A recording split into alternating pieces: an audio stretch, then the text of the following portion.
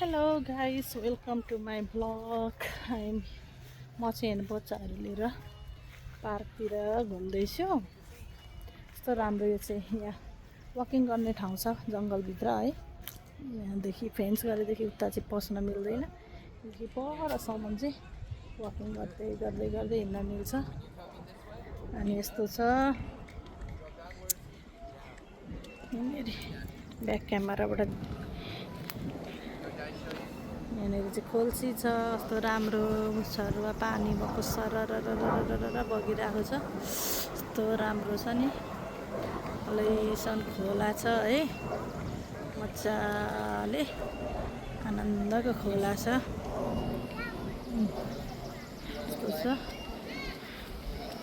केटाकेटीहरू खेलिरहेको छन्। त्यहाँ म चाहिँ यतापट्टि नेचरसँग इन्जोय गरिरहेको छु।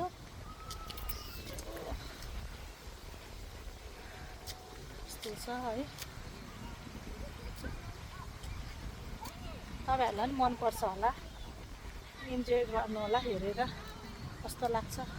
हेर्नुहोस् त, ठ्याक्कै नेपालकै जस्तो छ नि, कस्तो राम्रो छ क्या, नेपालकै जस्तो छ। ल तल खोलाहरू होइन, खोलाहरू छ अनि उतापट्टि जङ्गलहरू छ। यस्तो राम्रो ठाउँ छ, रुखहरू भयो। यो चाहिँ बच्चाहरू खेल्ने पार्क हो है। यो चाहिँ बच्चाहरूलाई यसरी बलुवा खेल्ने ठाउँ छ। यतापट्टि सक्करहरू खेल्ने ठाउँ छ, यतापट्टि वकिङ गर्ने जङ्गल छ, यसरी वाक गर्न मिल्छ।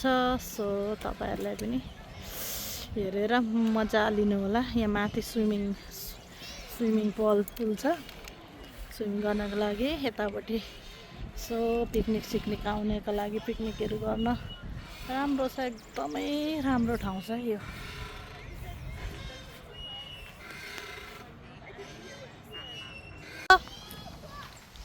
ल यो चाहिँ साइक्लिङ गर्ने ठाउँ छ, केटाकेटी चाहिँ खेलिरहेको छन्।